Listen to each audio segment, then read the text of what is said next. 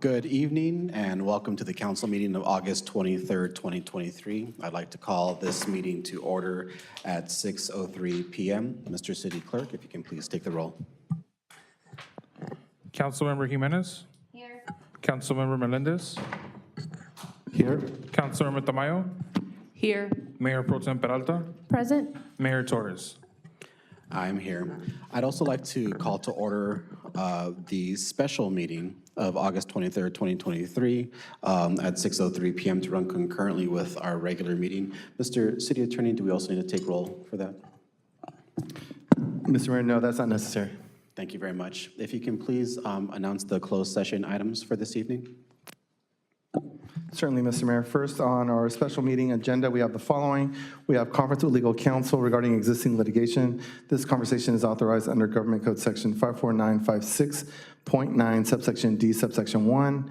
The case names are Navarro versus City of Montebello. Several case names are listed, all to be discussed in closed session.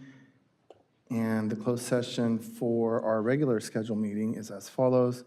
We have conference with labor negotiator. This conversation is authorized under Government Code Section 54957.6. The agency negotiators are Ms. Arlene Salazar, Acting City Manager, Mr. Nick Razzo, Director of Human Resources, and the employee organization is Smart-TD. And that is all for the closed session items. Thank you, Mr. Tapia. Mr. City Clerk, do we have any comments on closed session items? Yes, Mayor, we do have 4 speaker cards for closed session. Please proceed. First speaker is Will Severa, followed by Cecilia Lopez. Hello, Will Severa. This negotiation's been taking quite some time, and I would like to make sure that also people understand that this was taking place in 2022. This was before the current mayor was in place, and the previous mayor obviously wasn't able to help out with the previous city manager. There's obviously an issue that they cannot come to an agreement, so can we have the elected possibly sit in this and be more involved? Because, you know, you see them picketing outside and they could have done a strike, and that would have put a lot of the residents more at risk for their jobs to get there on time and put the city in a worse position. I understand that money is not infinite, so I know that there has to be made some concessions, but, you know, they've been here for a while. Also, I would like to point out to the Navarro case, you know, that's been getting pushed off, and they've been kind of trying to starve out the employees, where they're really beholden to when the city's going to take action, whether they settle or go to court. So there's constantly appeals and trying to get it to be dropped, where I believe in Navarro's case, it was something along the lines of the city needs to settle because it looks vindictive. And I'm pretty sure that's not what you guys are getting updated. But you guys can always go look up these court cases and pay for it, and you can actually review it. And, you know, you shouldn't be having the employees suffer for that, because they've been having a lot of retaliation with some of the newer 2019 plus employees that were brought in. And a lot of people got retaliated on. And it's happening all the time. There's a lot of investigations going on with employees pending the investigation. Thank you. Next speaker is Cecilia Lopez, followed by Antonio Herrera.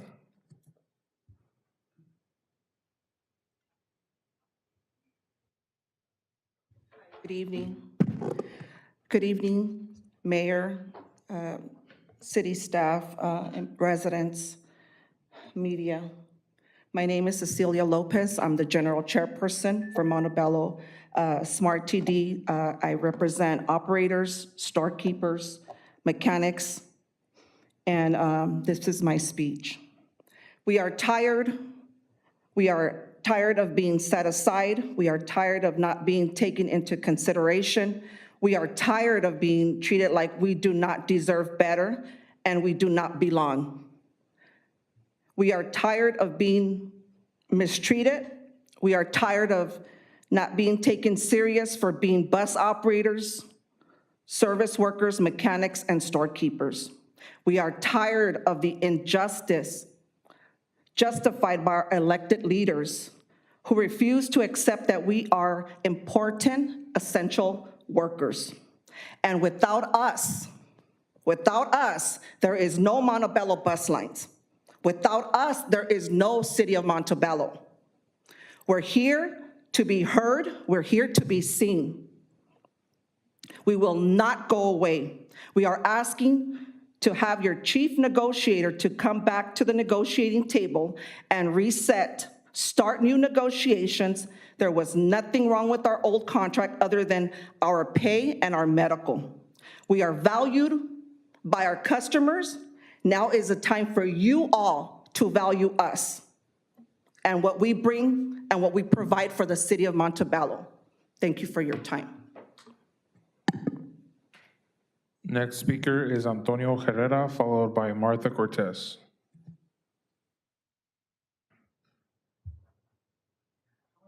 I wanted to hand these out to the council members, mayor and mayor pro tem, just so they can see the numbers, what we're talking about, show why the employees are upset. And I want to thank everybody that has been out there picketing since 8 a.m. Since 8 a.m., people have been, your employees have been out there picketing, and we're not trying to bring bad light to the city. Actually, we should be proud that you have employees that have self-respect and that know that they are worthy of something better. What I handed you guys is from CalPERS website, just to show you how much the insurance went up this year. The insurance went up an average of 7.21% this year, but HealthNet Salud y Más, which is what majority of the employees have, went up 29.88%. That's what the majority of the employees had because it was the least expensive. So for the employees that didn't get a raise this year, that's a 29.88% pay cut. They pay about $600 to $800 to have their family on the insurance. I don't know of anybody else that pays that much for their health insurance in the workplace. So that's to show you the outrage, why we're outraged. The average of all insurance is supposed to go up again next year, 10.95%. So that doesn't cover the raise that you guys have been proposing for the past almost 2 years. It does not cover that. That's why we feel the health insurance that you guys are providing is no longer considered a benefit. It's just a bill that we stress about paying every month. We are a vital part of the city. We take people to work here in Montebello. We transport students to schools. We transport elderly to their doctor appointments. We bring shoppers to the shops of Montebello and other shopping stores here. We are very important, and we think that we deserve a better treatment. So we ask you to please reconsider the raise and health insurance, which is not normally negotiated, but provide a raise that will give us a raise and not another pay cut next year. Thank you. Next speaker is Martha Cortez.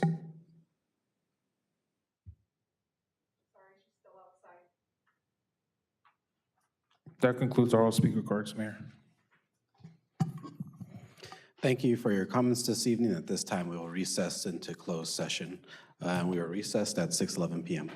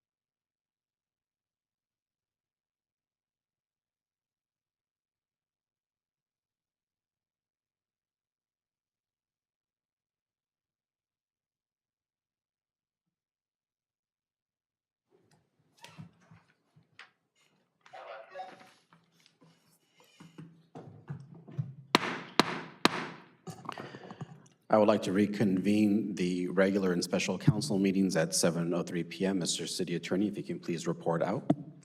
Certainly, Mr. Mayor. With all 5 members of the city council being present, the city council met in closed session and discussed the special agenda item. City staff made a presentation. City council provided direction. No final reportable action was taken, and that completes the report out of closed session. So at this point, it would be appropriate to adjourn the special meeting, and it is council's intent to reconvene in closed session to discuss the regular closed session agenda item at the completion of the regular meeting. Thank you. Thank you, Mr. Tapia. I will take a motion to adjourn the special meeting. I'll make the motion. A motion by Councilmember Melendez. Is there a second? I'll second it. Thank you, Ms. Jimenez, and we are adjourned for the special meeting. Continuing on with regular business, moving on to the invocation and pledge of allegiance. I would like to take a short point of personal privilege to inform the community of something before I give our invocation here. I wanted to make a general announcement on something that's going on in my life. My family has recently suffered some pretty serious and severe news. My mother has been diagnosed with an untreatable illness. It is extremely rare in nature and extremely severe. The doctors on Thursday gave a working prognosis as we await some final results, but she's been given 6 to 9 months to live out here. So, yes.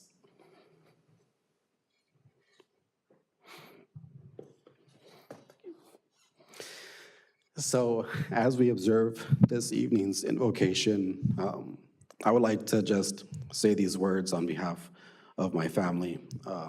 If you can join me in keeping my mother in your thoughts and your prayers, please rise.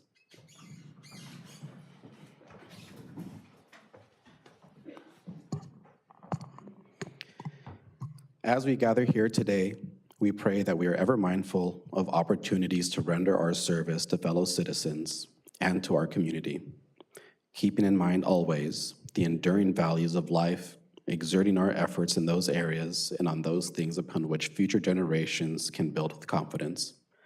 Let us continue to strive to make a better world. Amen. Okay, if you can please turn to the flag and place your hand, I will go ahead and proceed with the Pledge of Allegiance.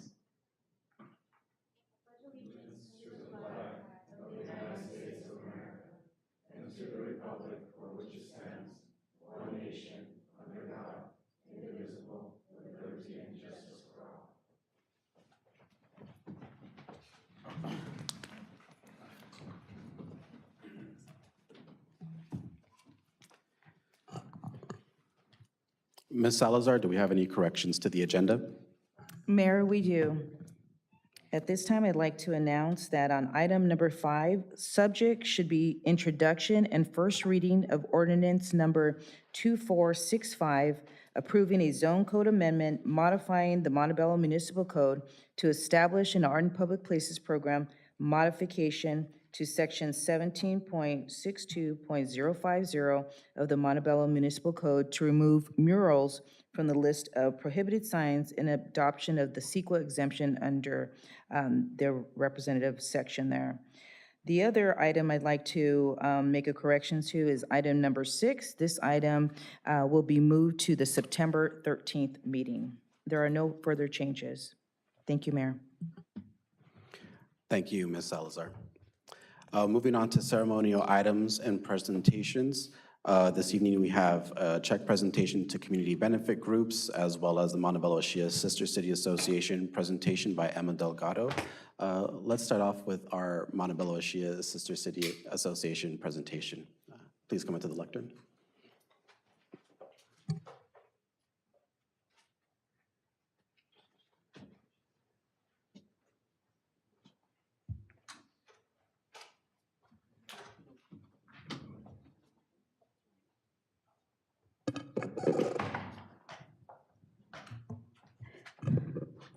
Mayor, first, I just want to say I'm so sorry about your mom. My name is Emma Delgado. I'm the president of the Montebello Shia Sister City Association. And we sent 2 Montebello student ambassadors to Ashia, Japan for 3 weeks. I could say I'm pleased that ACA reported back that our student ambassadors, Andrea and Alejandro Ruiz, did an outstanding job representing Montebello. I want to extend my heartfelt thanks to both of them for doing such an amazing job. I'd like to express my gratitude to the entire council for their unwaveringly support. Tonight, I'm delighted to have the opportunity to present both the student ambassadors to City Council. Both Andrea and Alejandro have prepared PowerPoints and speeches highlighting their remarkable 3-week stay in Ashia, Japan. With that said, I'd like to present Andrea Ruiz. A round of applause for our ambassadors.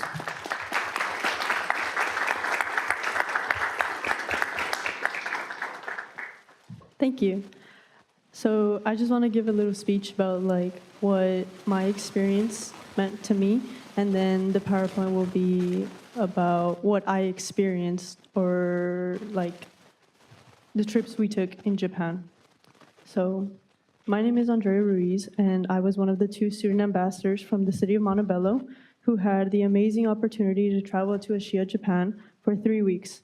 A little bit about myself, I'm 20 years old, and in a week, I'm going to be starting my 3rd year at Cal Poly Pomona, where my major is animal science, and I hope to one day go to vet school. I want to start off by saying that calling this experience life-changing is not an overstatement in any way. I might want to argue that it's actually an understatement because it doesn't entirely capture the impact my trip to Japan had on my life. I made friendships I know will last my entire life, and I had experiences that I know I would not have dreamt of having anywhere else in the world. This program quite literally changed the course of my life, prompting me to look for opportunities to go back at any chance I might get in the future to visit people I call family on the other side of the globe now. With that, I'd like to thank both MOSCA and the ACA in Japan for all their efforts to get the association up and running again after being out since 2019. I'd also like to thank the City of Montebello for becoming involved and contributing to the association. I feel like some people might not think this contribution makes a huge difference, but coming from someone who has experienced Japanese culture so intimately and has been able to witness the change it has on other people like both of my brothers, I hope you know that your efforts are not in vain. Thank you.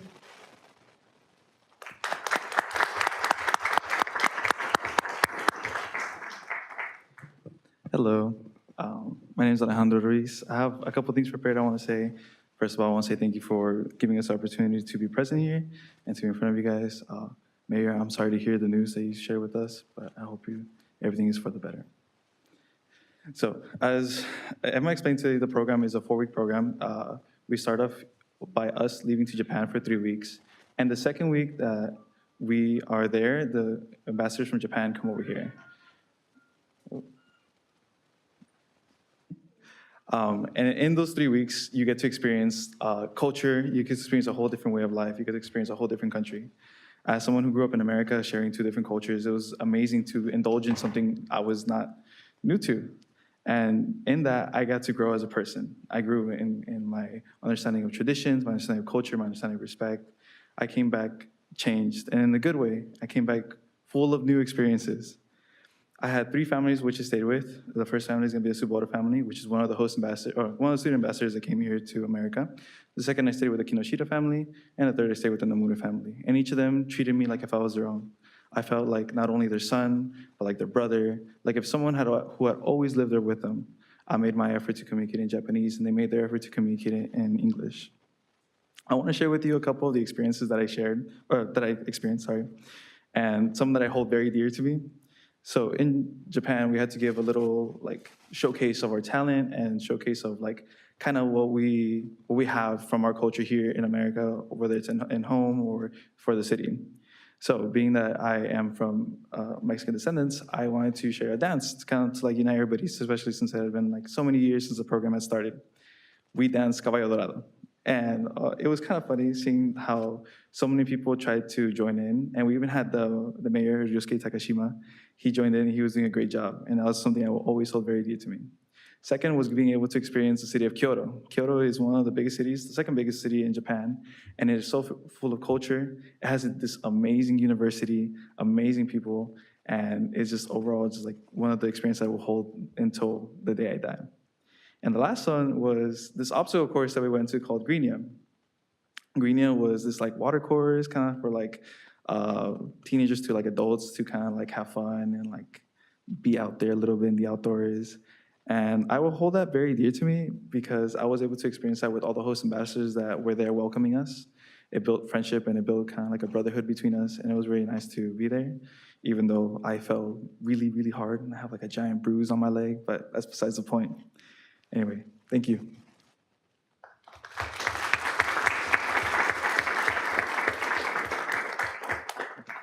And then we would like to share the presentations that we prepared.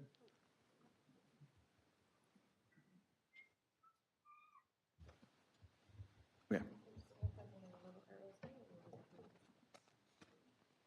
Okay, so I already said my name, and this is a presentation about Asia, Japan, and my 3 weeks there. So this is my first week family. This is with my sister, who is on the left of me. The one in between both of us is the mayor, Ryusuke Takashima. He is the youngest mayor in Japanese history at 26 years old, graduated from Stanford here in America. And then the one who's on the top right is gonna be Takumi, the student ambassador who came and visited us here in Montebello. And then the bottom right is gonna be Ashiya Mountain, which basically looks over Ashiya, Nishinomiya, Osaka, and Kobe. Some more pictures. This is going to be Fukuju. Fukuju is a famous sake brewery that is located in Nishinomiya, which is about a city over from where we stayed. And then this is the kind of scenery that we lived in. And the middle picture that I'm sharing with you, that is me and Takumi. And you saw this kind of sunset, this kind of scenery on the daily. And it was incredible to experience firsthand. Second week was with the Kinoshita family, and we did a lot of sightseeing, and we did a couple of tea ceremonies. Top right is us having the green tea ceremony at junior high, I believe. It was a junior high. Oh, was it high school? Oh, my apologies. It was a high school. And then on the left is the very famous Glico sign. The Glico sign was from, I believe, if I'm not mistaken, a Japanese Olympian, and that was like his famous pose. And then the bottom right was a picture I took to kind of showcase how busy mid-city Osaka is. So then again, these are more pictures that I have.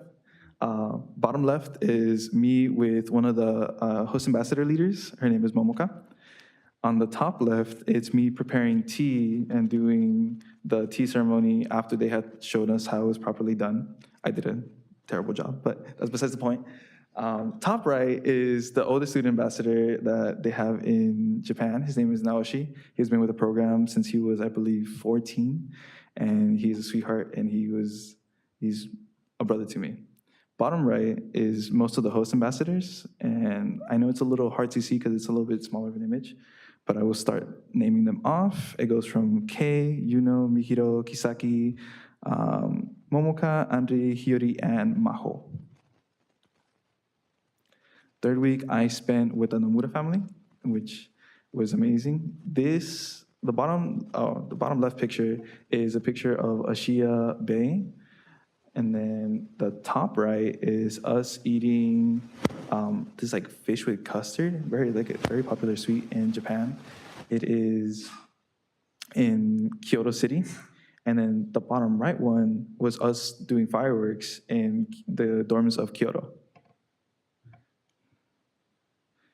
And then again, these are more pictures. So top left is me with Mihiro, which is the Nomura-san, her daughter.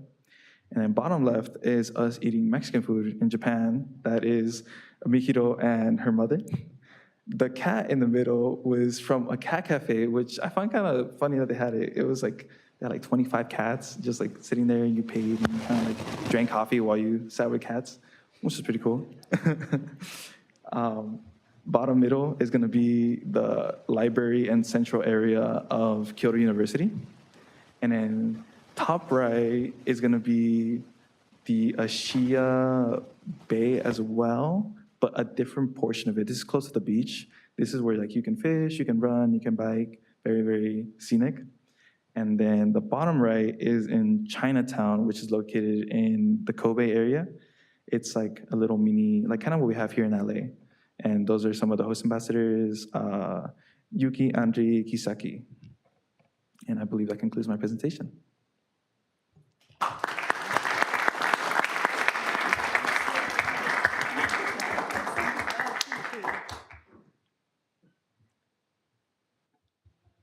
A different presentation? I don't know. Oh, wait, is it on the same one? Yeah.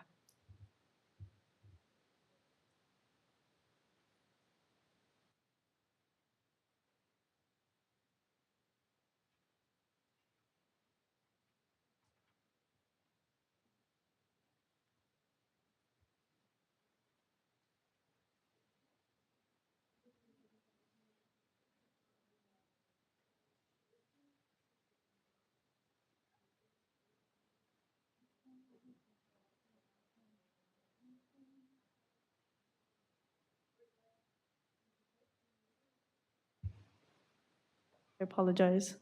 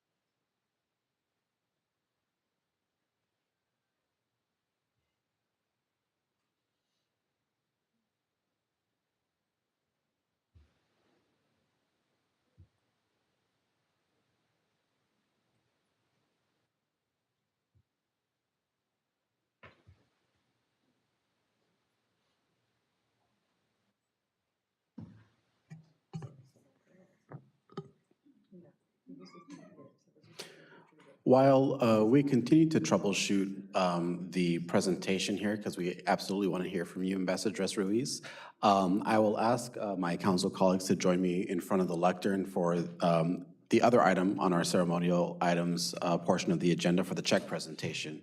So if the members of the Montebello Shia Sister City Association can please come forward. Oh, and we got it up. All right. Okay, I'm so sorry. I apologize. No worries. We're here to support each other and looking forward to your presentation. Okay, so we spent the same 3 weeks in Japan, but we spent it with different families. So for the most part, we had different activities. So my first week was the Hanashima family. That was Aida's family. She was the second student ambassador that came from Japan. And on the top left, that's her family. From left to right, it's Ryusei, Aida, and then in the middle is the mayor, again, Ryusuke Takashima. Then it's myself, her mom, Yukari-san, and her dad, Masato-san. And then next to that, it's a picture of Alex and I, my brother and I, with the host ambassadors. We had to learn a Japanese dance called Sorambushi, and it tells the story of like a fisherman. So we had to learn that with the host ambassadors. And then to the right of that, during my first week, I went to Himeji Castle, which is just this big, beautiful castle in Japan. And it housed warriors. And around the castle, there's a river to prevent other warriors from getting to the actual castle itself. So it was very beautiful to see. Under that, the four of us in the picture, from left to right, it's my brother, myself, then Takumi, and Aida, who were the two student ambassadors that came from Japan.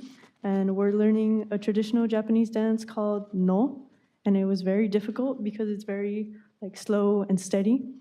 And then to the left of that, we went to a summer festival where we saw fireworks and live band and music. And then to the left of that, the last picture it's a picture of a mountain close to Ashia in Kobe, and it's called Roko Mountain. And my first week family took me there because I'm an animal science major, and they have a petting farm, so they thought I would like it, and it was beautiful. And yeah, everything in Japan is just straight out of a fairy tale. And then the top left picture, it's the same spot my brother showed a picture of in the Shia Mountains, but that's overlooking a man-made pond made by the people of Ashia when the city was first founded to have like a source of water. And then to the right of that, it's another picture with the mayor, Ryusuke Takashima. And then the last picture on top at the very right, at our welcome party, we sat with all of our host ambassadors and past student ambassadors. So now she's there, who was a student ambassador in 2014, and Sawa is also in there, who was a student ambassador in 2019. And then under that, we just had a takoyaki, which is like dough with octopus, and you cook it at home. I'm sorry, I don't know how to describe it, but we made those at home with our first week family and with my brother's first week family. And then to the left of that, we also went to another festival, and it was just a lot of vendors up and down, and it reminded me a lot of Fast and the Furious, Tokyo Drift. So I took a picture of it, and it was very like out of a movie. Like it was very surreal to just be there and see it. And then on the very left corner, the bottom left corner, we're at the airport saying bye to Ira and Takumi for when they came to Montebello. And then my second week family, our second week was, I would say, our busiest week. That's when we had the most things planned with the association. So my second week family was the Oita family. And then on the top left, that's all of the Oita family minus the father. So it's Eri-san, then Yurara, then it's myself and Seida. In the middle on top, we went bowling with the host ambassadors, which we had separate teams, but we went 1-to-1. So I would argue that we're better bowlers. So, no, we won better. So on my team was Yuno, Naoshi, Mihiro, Momo, and Rimika. And then on the top right corner, we had a Hawaiian concert at the ACA. So the ACA in Japan, I'm sorry, they host community events. So they like rent out rooms for festivals or classes, and we went to the Hawaiian concert that they had. And then on the bottom, we were in Nara, and in Nara, they have the biggest Buddhist bronze statue, and it's about 200 feet tall. But the picture of my brother and I, it's a little dark, but that's outside of the castle that houses like the actual statue. Then next to that, it's a separate sort of like temple entrance. And then on the bottom left corner, that's just a picture of the host ambassadors when we went to eat ramen. And then, yeah, this was our busiest week. So on the top left corner, my brother mentioned we went to a traditional Japanese ceremony at a high school. So that's us with all the high school students. In the middle, that's a picture of it's like a monument at Peace Memorial Park in Hiroshima. And then to the right of that, on the top right corner, we visited, that was the elementary school that was where we interacted the most with the kids. We got to know them, and they showed us around their school, and we also danced El Caballo Dorado with them, so that was a lot of fun. It was very chaotic. And then the middle picture from the right side, that's my brother and I on Shinkansen. Shinkansen was one of my favorite attractions because I think it's the world's fastest like express train line. And we got from Osaka to Hiroshima in about an hour and a half. So it was very exciting. And then the bottom right corner, that's everyone that we went to Hiroshima with. In the middle of the bottom pictures, we were with the middle school group of kids. And then the bottom left picture, the corner picture, we went to karaoke with our host ambassadors. So that was a lot of fun. And then, so that X is gonna make sense. But my third week with the Nakajima family, I got heat stroke. So I was out for like 2 days and a half. But luckily, my third week host family, both Mr. and Mrs. Nakajima-san are doctors. So they told me I had to get a lot of rest and a lot of water, which means that in the third week, they had the last host ambassador day, and I couldn't go to the mountains with them. So the athletic field day, I missed out on, but they got good pictures, and he has bruises to prove that he went, so that was fun. And then my last week, we still try to make the most of it. So the top left corner, that's my last week host sister. Her name is Yu. We call her Yu-chan because we got really confused because I was always telling like, do you want to go? And well, her name is Yu, but it also means something else. But we went to a cat cafe, and she's on the top left, and right next to her to the right is her mom, Mrs. Nakajima-san. My holy girl of a doctor. She really saved my life the last week. But we went to a cat cafe, and a cat peed on me, which was nice. And they said a cat peed on me because he liked me, but I didn't like that, so I don't know how to feel about it. And then right next to that, I'm with my last host sister. Her name is Kaori, and we went to the same mountain like lookout spot, but we went at night, and it was very beautiful. It was like Fast and Furious Tokyo Drift again. So that was very beautiful. And then next to that, the top right corner picture, we went to the Kobe waterfront. So Kobe has like a big river that just kind of runs through the middle of the city. And we went there, and that was actually the day I got heat stroke. But I don't want to think about that. And then to the bottom of that, we had our farewell party, our sayonara party in Japan. and that's us with all the host ambassadors. And to the left of that, in the middle of the bottom pictures, that's us with all the host ambassadors and the people from the association. The day that we came back from Osaka, from Japan. And then on the bottom left corner, that's me with my brother, Kota, which is his last host brother, and a friend of his at Kyoto University. And Kyoto University was a lot of fun, but it was also very eye-opening because there's students from all over. Like, we met one person from Mexico, and I think in Japan, that was the last place I thought we would find someone from Mexico, but it was a lot of fun. So, yeah, so that's my presentation.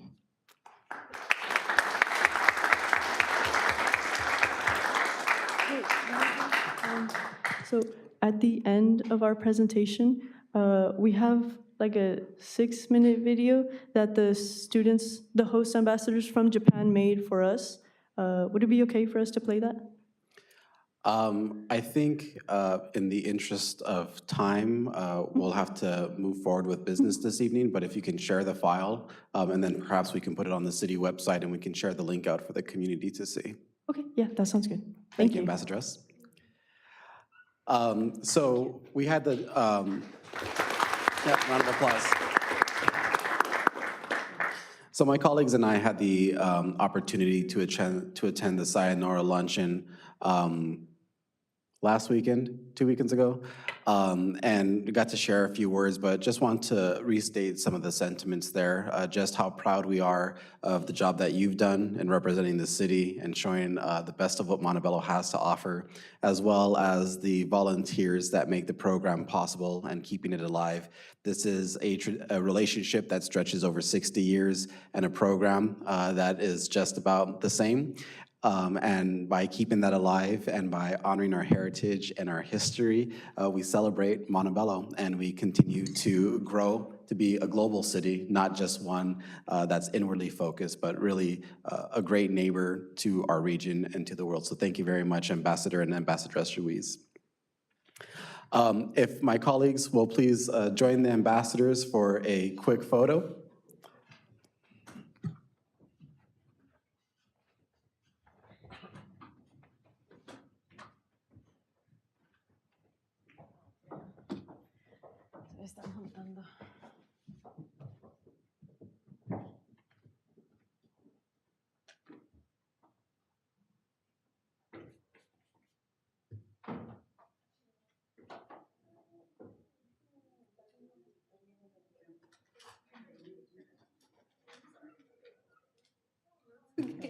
Nice to see you again.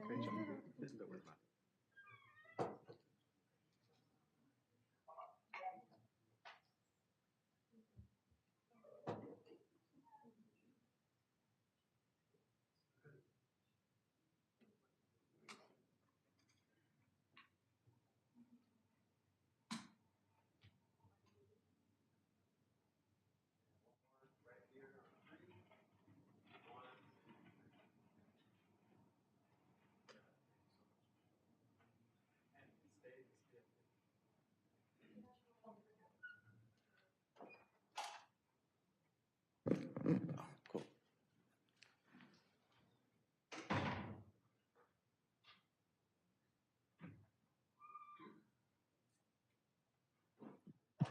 Check one. And at this time, I'd like to invite up the all MOSCA members, as well as our acting city manager, Arlene Salazar, our director of finance, Mike Salorza, our director of Parks and Rec, David Sosnowski, and our director of economic and community development, Mr. Joe Palumbi, to join us at the front.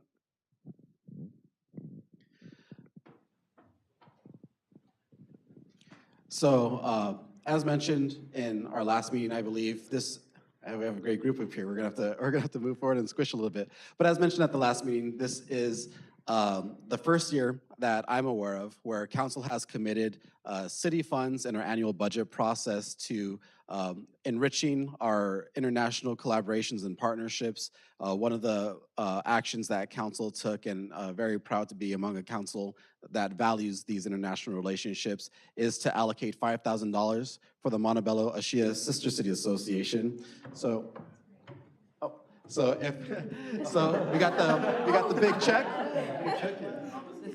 to present here to the Montebello Ashia Sister City Association in the amount of $5,000 to further your endeavors in strengthening our relationships with our neighbors across the Pacific. So if we can please give a round of applause for staff, for the organization, and for council. Thank you very much.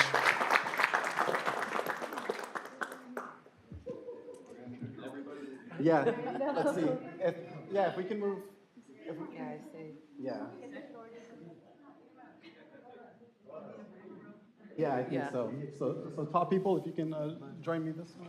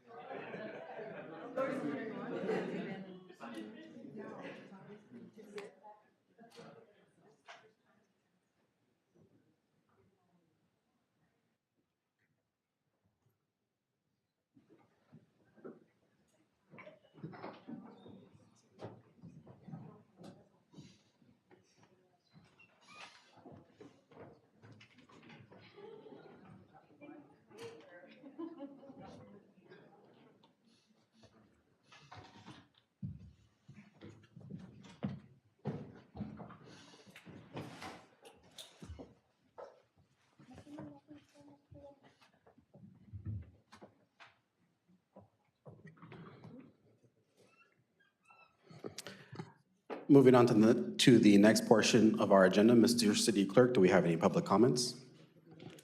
Yes, we do. Please proceed.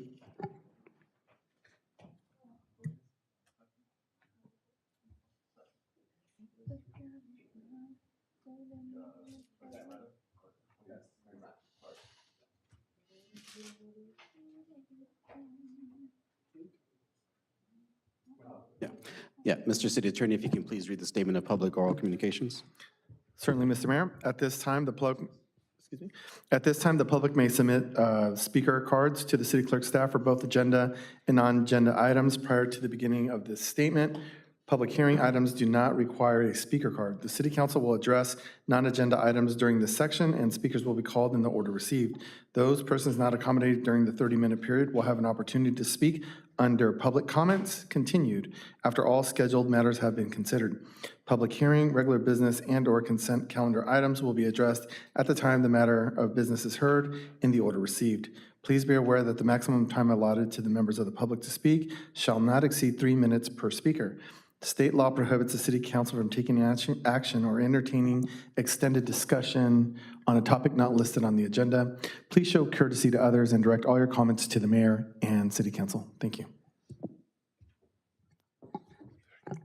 Thank you. First speaker is going to be Victor Vargas with Julio Matamoros, followed by Rosa Tamayo.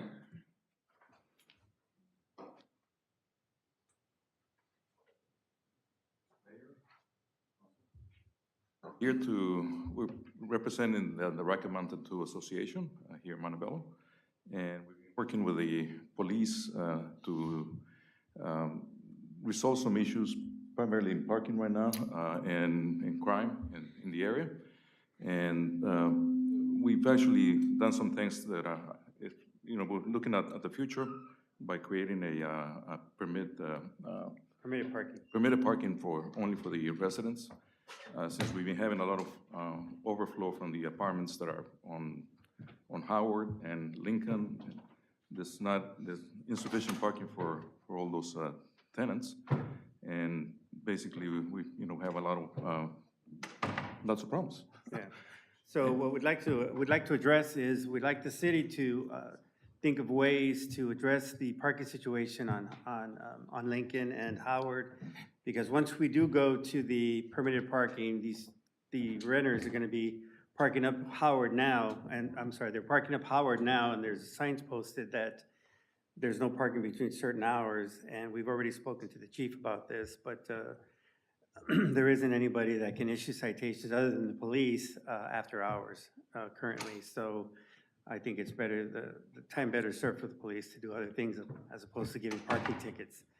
And another concern we have is, once we do go to permitted parking, what's gonna happen when they don't park in our section? They're gonna start parking further up the hill. Where are they gonna go? As far as, are they gonna go down to, up the hill to, what's, Jefferson? Right. So we really need the city to start thinking about Lincoln, what's gonna happen with Lincoln? Are they gonna open up the parking where the bus picks up people to go into downtown? Probably Yeah. for a lot of those people. I mean, we usually got about 100 cars that park there, that are people that don't live there, so. Yeah, and then we also would like to have the city think of an ordinance for the RV person that is parking overnight. We're starting to get this person that moves his RV. We did speak to the police about this, but he moves his RV so that he's within the 4-hour limit, but there is no ordinance where he can't park overnight and sleep in his RV. So I addressed that at the last city council meeting, and we do need an ordinance where there's no RV parking overnight. That's it. That's it. So, so two things, the parking situation on Lincoln and Howard, and the RV situation. Thank you. Thank you. Ms. Salazar, can staff please follow up on those two issues? Next speaker is Rosa Tamayo, followed by Will Severo.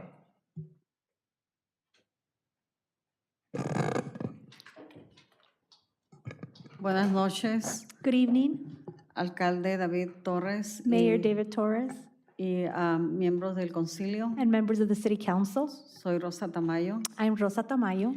En la pasada junta, miré que ustedes no procesaron para los 18 bomberos que necesitamos. ¿Para los qué? Para 18 bomberos que necesitamos. She says she noticed in the last meeting that you didn't process the request for the need of the 18 firefighters that you need. Lo que veo es que ustedes dicen una cosa y hacen otra. What I'm noticing is that you say one thing but do another. No son conscientes de las necesidades. Ustedes hablan mucho la prioridad que tienen para nosotros los habitantes que quieren para nosotros la seguridad, pero nos hacen falta policías. So you're not being very mindful of the needs of the community and the residents and the things that we really need. We need police officers. Y nos hace falta mucho también bomberos. We also need firefighters.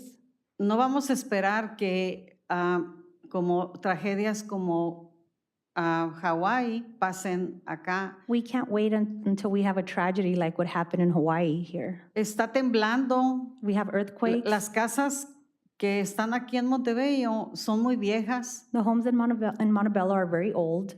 Tenemos mucho problema con la tubería del gas. We have a lot of problems muy with the viejas las gas tuberías. pipes. They're very old.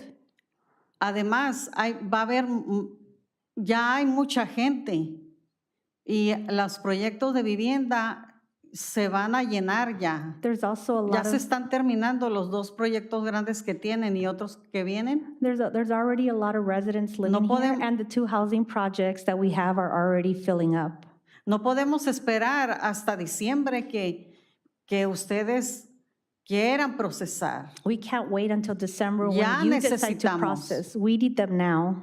La seguridad, The security,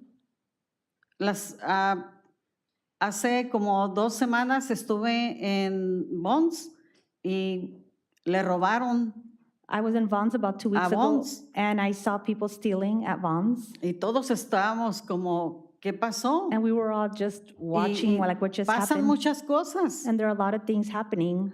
Necesitamos, les vuelvo a decir, policías y bomberos para tener la seguridad en nuestra ciudad. No van a decir que no tienen dinero porque sí lo tienen. I want to repeat that we need more police officers and firefighters in our community, and you can't say that you don't have money for Pero them la because you actitud que do. ustedes tienen es muy negativa But the attitude that you have para is very nosotros negative los habitantes. for us residents. Necesitamos que ustedes también tengan más proyectos de vivienda porque es una emergencia también. We also por, need you to approve more por mucha gente que projects for housing, está llegando because y there's va a so many llegar more más people gente coming in, todavía. and where there's going to be more people coming in. No estamos en los tiempos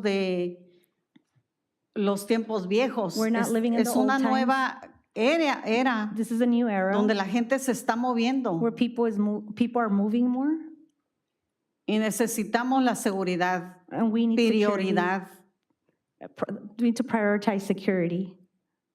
porque no podemos esperarnos que el gas de butano venga y nos mate, Because we can't wait until like the gas of Montano comes and kills us. porque estamos rodeados de volcanes y parece que están haciendo erupción. Because Y we're surrounded by volcanoes which seem to be ese gas erupting. butano que va And that type of gas rises. a tirar, estamos cerca And de la we're very playa. close to the beach.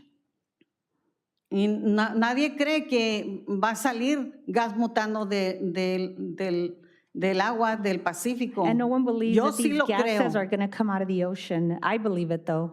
porque yo tengo amistades que son científicos y y ellos dicen, no, aquí nos vamos a quemar. Because I have friends who are ¿Y qué scientists, and they're telling me quiénes nos that, van a salvar? that we're going Nomás to burn policías here, y and no, who's bomberos. going to save us? Just firefighters and police officers. Y no estén de codos, por favor, tienen dinero. Please don't be stingy. I know Gástenlo that en you have the money. nosotros. Spend it on us, the residents. Muchas gracias. Thank you very much.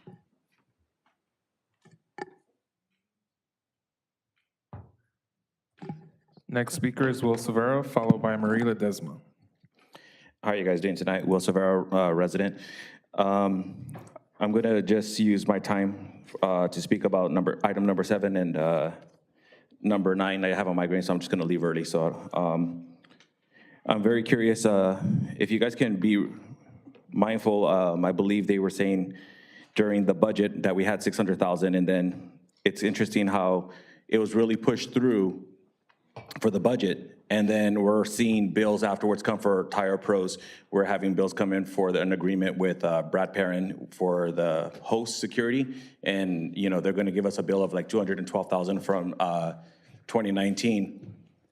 I would like to see if there's some type of an agreement made with that, because it's just not his hearsay. During the election times, there was another contract where Mr. Perrin wanted to have X amount of dollars given to him so he can give away the alcohol rights. And now, when you're looking at number 7, you can see that Sport 5 gives multiple, and I quote, "This is for additional design and coordination services outside of the existing Sport 5 agreement with the city of Montebello." And this one specifically is because Brad Perrin gave it to them. That's $7,927 for the landscape. And there's multiple of these in there. And I see this common thing happening is we say a project's X amount of dollars, you guys okay it, and even the previous council would okay it, and then you guys invest so much money, and then come to find out, middle of the project, guess what, we need more money. And it makes me wonder, would you guys have approved it knowing exactly how much money would it cost? But now you're so far in the hole, how can you not finish this project? So there needs to be more questions, because they were always doing this, whether it was for Topgolf, I believe they wanted $5 million, something along that lines, and I think it was an 18%, I believe, for number 7 that was gonna be added to the budget. And then also for $300,000 basically for the police department to get work done. And I'm curious, is that gonna also cover the black mold? And that was confirmed by the former city manager, Renee Bobadilla, that they had black mold in the police department. And I understand it's very expensive and you're gonna have lawsuits from employees working in that condition and it's gonna have a long-term effect. But why did all of these things come to the council after the budget's approved? It almost seems like we're gonna approve it, we know we have these bills coming, but we're not gonna look good if we give this to the council now to really show you that we're gonna walk away basically even. Thank you, guys. Next speaker is Marie Ledesma, followed by Vivian Romero.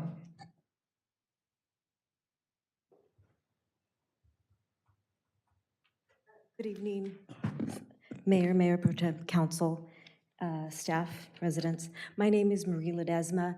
I'm gonna actually use my 3 minutes to read a letter from a resident that I believe bears some light and is important. If I may begin now. Good evening, Mayor, City Council, and staff. My name is Shannon Calland, and I have been a longtime resident of Montebello and live in District 1.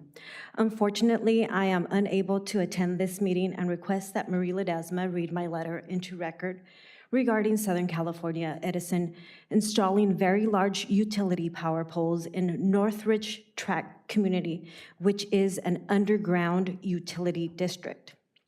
On August 16th, 2023, Edison began digging approximately 15 trenches to install 15 three-story power poles along Arroyo Drive between Farville Avenue and Lake Grove Street, cutting into the center of a brand-new sidewalk and a newly paved Arroyo Drive. Montebello taxpayers have paid several $million for the streets and sidewalks improvements. From 1960 through 2018, no sidewalks existed along the north side of Arroyo Drive. The city of Montebello has an ordinance which prevents utility companies from destroying newly paved streets and sidewalks. And in my research, I discovered that Edison was forced to correct an ADA violation caused by their new utility poles in Temple City because it violated the American Disability Act of 2010. The Northridge Tract community has underground utilities and sits over an underground utility district. There was no outreach or notice given to our community. These large utility poles have made our sidewalks inaccessible to those who are disabled with wheelchairs, walkers, crutches, and we have a number of elderly members who can no longer utilize the sidewalk. Our community is asking the city manager and council to do a preliminary investigation and ensure that Edison complies with the ADA requirements and immediately corrects any ADA violations along Arroyo Drive. Thank you for your time. And thank you for letting me read on record. But on a side note, I just want to share on a personal level that I believe that this council is doing a great job, an amazing job. I can see your dedication. It's a lot of hard work, and I truly appreciate that. And on a personal level, don't forget about the green space to preserve it, if not make more of it if possible, and trees. That's really important and personal to me. So thank you again for your job and time. Ms. Ledesma, if you can please share the contact information with Ms. Callan to staff so staff can follow up. Next speaker is Vivian Romero.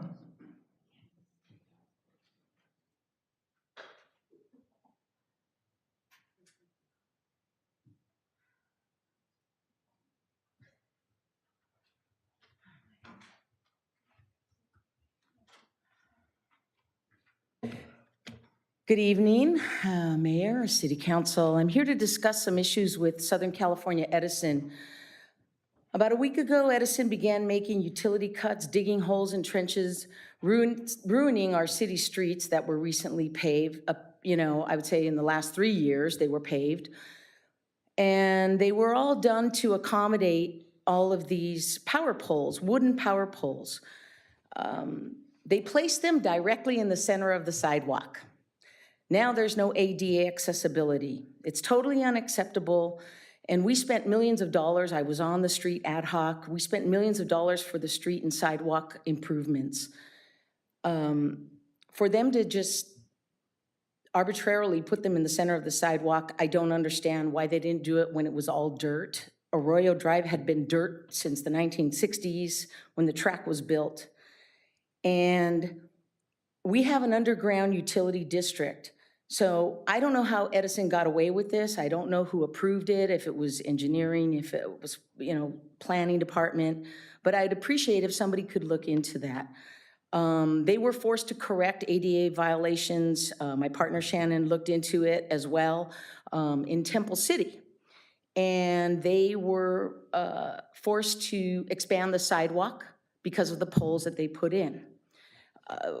I'm wondering if we can get them to tunnel them and put them underground, since it is a district that, I don't know if it was developer-driven or city-driven, but the recent winds got some of the power pole attachments loose when we had Hurricane Hillary or Tropical Storm Hillary.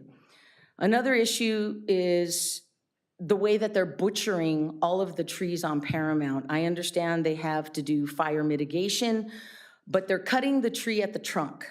And why not remove all the trees altogether and plant crepe myrtle or some other species that's non-root invasive and that's not gonna cause a fire issue for Edison? I mean, they do this year after year. It's a lot of money, and they could just remove the trees altogether. The other thing is the palm trees that used to be sitting at the Montebello Town Center, the 3 majestic trees that were put up there. I think when the Tehachapi lines were erected, they took them away, and now we have no gateway monument there for the Montebello Mall entry point at the SR60. Edison is repeatedly also not doing any weed mitigation on their easements. It's kind of tragic because at the Brixmore site right there by Albertsons and Best Buy, you've got all a retaining wall that's concrete constantly getting tagged and graffitied right by Schur High School. If you guys could please look into that, we'd really appreciate it. It's really an eyesore, and there's a lot of blight. You have the ability to cite Edison if you'd like, so I encourage you to do so. Thank you. And the next and final speaker, Mayor, would be myself. Gonna go to the podium.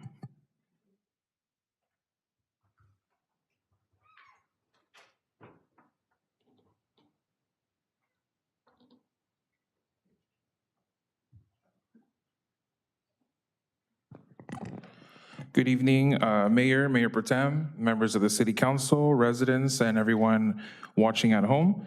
My name is Christopher Jimenez. I am your city clerk, and today I wanted to extend an invitation to everyone to an event that I'll be hosting with the Congresswoman, Linda Sanchez. It is a Conchas and Coffee with our Congresswoman. This initiative is to bring government to our residents and to our local neighbors. It is a day for Congresswomen to come down, meet the residents, and also for our residents to meet their neighbors. And the Congresswoman that day will be giving a community and legislative updates to anyone in attendance. And it would be a good opportunity also to, one, meet the Congresswoman, but also share any concerns, ideas, or questions that one might have with her. So again, this will be on Tuesday, August 29th at 6:30 p.m. And it's gonna take place at the Taylor Ranch. The address for that is 737 North Montebello Boulevard. Once again, Tuesday, August 29th at 6:30 p.m. And I welcome our council and our residents to attend that day at 6:30 and go ahead and get to meet our Congresswoman. So hope to see you there. Thank you. And that concludes all public comments. Thank you very much, Mr. City Clerk, and thank you for bringing that resource to our city. Ms. Salazar, do we have any staff communications on items of community interest? At this time, Mayor, I'd just like to congratulate staff and the March Villa family on a well-attended event from last weekend. And so again, another monumental event here for Montebello. That's all I have to share on that. Thank you. Thank you very much. And if you can please lead us in the introduction and conversation on item number 4, consideration of the request from Senator Bob Archuleta to declare the Armenian Monument as a historical landmark. Yes, Mayor. I'd like to advise the City Council that on August 1st of this year, I received a letter from Senator Bob Archuleta expressing support for designating the Armenian Genocide Martyrs Monument in Montebello as a California historical landmark. He expressed Californians have a strong bond with those of our Armenian community and is requesting that the City Council consider this request for the California Historical Landmark designation. At this time, I'd like to request the City Council to give staff direction to have further discussions with the Senator's office to discuss the next steps to move this item forward for council approval. Thank you, Ms. Salazar. I will go down the order here for any questions or comments, starting with Councilmember Jimenez. No questions. Councilmember Melendez. Mayor, at this time, I'd like to make some comments in regards to this and also into some of the situation right now in ARTSOC. It's just want to lend out the support to our Armenian community. I know this whole council supports our Armenian community. There's been an illegal blockade for quite some months now. Maybe it's gone over a year. An illegal blockade by Azerbaijan that is putting people's lives in jeopardy, supplies, food, and it's just, it's a humanitarian crisis that's happening right now in our sister city, ARTSOC. So just want to, of course, 100% support this item, but also want to raise this issue and raise some awareness on it and tell our Armenian community that we're behind them, that we support them, and that we need some urgency from our federal government in regards to this. Thank you. Thank you, Councilmember Melendez. Councilmember Tamayo. Yes. So I am also in full support of this item, but I would like to make sure that the Armenian community is also in full support. So if we can, touch base with them. I know it's a religious, sacred place for them. And also take a look at any financial or non-financial impacts having that as a historical landmark here in Montebello and what that would mean for the city.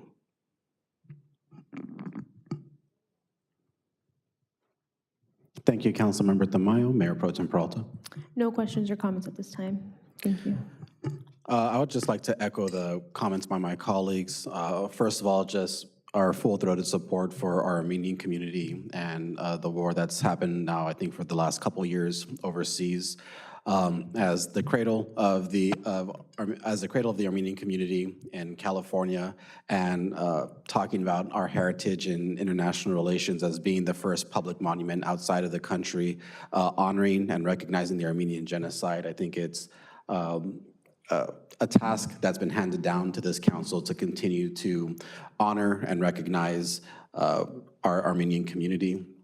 I would also like to restate the prudence in Ms. Tamayo's words that I think we all stand in unison that we would like to see this monument become a state historic landmark, one that's recognized on the state and national level, even more so than it already is.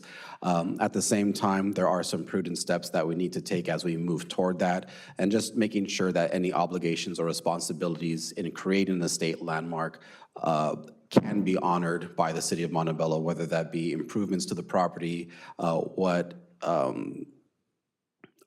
as I mentioned, just what obligations and responsibilities we have. Sometimes these things do come with a dollar figure. And as mentioned, with our budget, we just want to make sure that we can really honor what we would intend to do there. So I would ask for a motion from one of my colleagues to move this item forward, directing staff to engage with the Senator's office and state office to understand more what this would entail.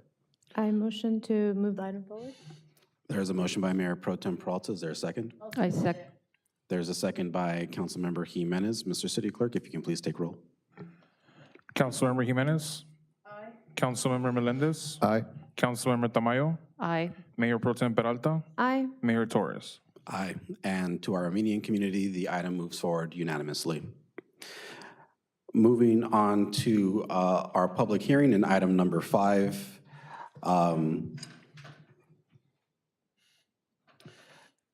Ms. Salazar, do we have a staff presentation on the item? Yes, we do. I'd like to invite Jose Guardia up to the podium, and just to restate that the subject should be introduction and first reading of ordinance number 2465. That's the only substantial change to that title. That's the only thing. Thank you very much. So this is item number 5, adopt resolution number 2365, approving a zone code amendment, ZCA, modifying the Montebello Municipal Code to establish an art in public places program, modification to section 1762050 of the Montebello Municipal Code to remove murals from the list of prohibited signs, and adoption of a CEQA exemption under section 15061B3. Mr. Gardea, the floor is yours. Thank you very much. Nice to see everybody.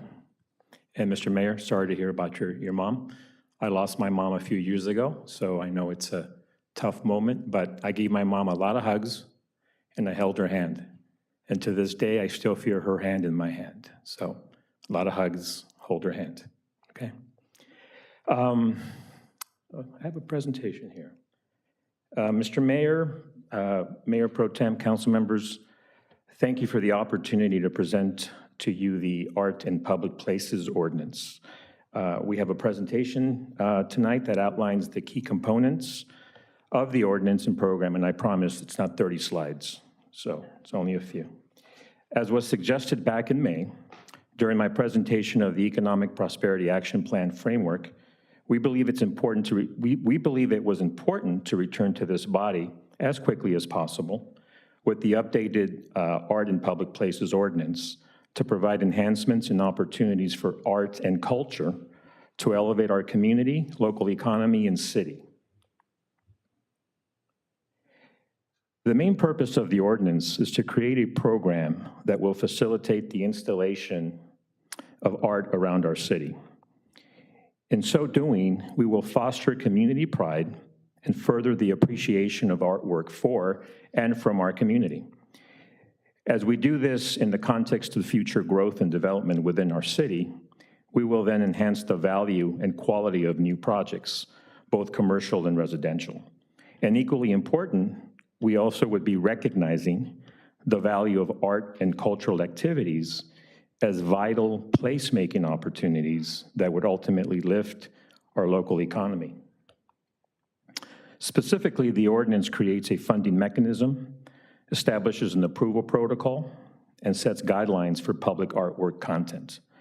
The ordinance authorizes the retention of an arts advisory consultant that would be approved by the City Council after a proper RFP process is completed. This art consultant would be tasked with reviewing applications and providing recommendations to the Director of Planning and Community Development. The process would include an appeals procedure with powers delegated to the Planning Commission. Lastly, the ordinance would modify our city's code to remove murals from the list of prohibited signage. The ordinance would apply citywide. To be consistent with similar policies in neighboring cities, we are recommending the following fee parameters. For commercial, industrial, and manufacturing projects, just to simply state it, if the project costs are between $250,000 and $2 million, the cost or value of the artwork shall be will be an amount equal to or greater than 0.5% of the project cost. If the project costs are over $2 million, a 1% fee would apply. For residential projects, the cost or value of the artwork shall be an amount equal to or greater than 1% of the project cost for all types of projects, including mixed-use projects with 50 or more proposed dwelling units. This is important to ensure that we do not negatively impact the construction of affordable housing in our city. We are recommending that new projects that are 100% affordable housing and receive city, state, and/or federal financial assistance be exempt from this policy. Applicants will also have the option of an in lieu fee payment to the city equal to or greater than the cost of the value of the artwork that would have been required otherwise. Before we came here tonight to share this with you, we wanted to make sure we did some community engagement to discuss this proposed ordinance. In July, we made a presentation to the Montebello Chamber of Commerce Economic Development Committee. Members of the committee provided important feedback and wise counsel. We also took the opportunity at this year's summer festival to engage visitors via a written community interest survey pertaining to the role of arts and culture in our city. We had 45 individuals, 28 of them being Montebello residents, that participated in the written survey. On the slide, you can see some of the more relevant responses. You'll see that 95% of the respondents believe that access to public art and cultural activities are important to quality of life. 44% of respondents would like to see more public art and cultural activities above and beyond what already exists in our city. A majority of respondents indicated their preference for the downtown corridor for future growth of public art. And lastly, 25 of the 45 responses stated they would prefer a mixture of art media to be part of this program for our future. Members, we believe this program will position our city to be ready for our current and future growth by elevating the role of arts and culture in our community. As staff, we look forward to implementing the program. Thank you again. Thank you, Mr. Gardeo. At this time, we're going to open the public hearing, and once we close it, I'll return to my colleagues for any questions or comments on the presentation. So I would like to open the public hearing at 8:17 p.m. Mr. City Clerk, do we have any comments on the item? We do not. Thank you. I will close the public hearing at 8:18 p.m. Now it is at the council level for discussion. Councilmember Jimenez, any questions or comments? No questions, just comments. Again, it's just really nice and refreshing to see this moving along. We've been waiting, I think all of us have been waiting for this for a long time. And again, we can't emphasize enough how important it is just for the community and the aesthetics of the community, for the unity it will create amongst our communities, and all the benefits that it will bring financially, culturally, aesthetically. So this is exciting. Thank you, and hopefully opportunities for work for our local artists as well. Yes, and that's This is another very much thing an employment program too. So I do want to make an additional comment. Thank you for reminding me of that. There's a very famous artist. She's a good friend, and Yolanda Gonzalez. She's one of the female pioneer artists, Chicana artists. And what some people don't know about her is that she actually she took art classes and was the little, at Tater Ranch. She took art classes there. So she and I, when she asked me a few months ago what was happening with our art in public places, because she's also a sculptor. We also have one of the kids that was part of my youth program when I worked at this family support center. His name's Francisco Palomares, and I think he went to school with Sal. So it's really nice to see, again, that this is happening and these opportunities are not just going to open up for the new artists, but that we will be able to tell the story of these now very famous artists that came out of the city of Montebello. Yes. Thank you. Thank you to the rest of the team. Councilmember Melendez. Thank you. Thank you for the presentation.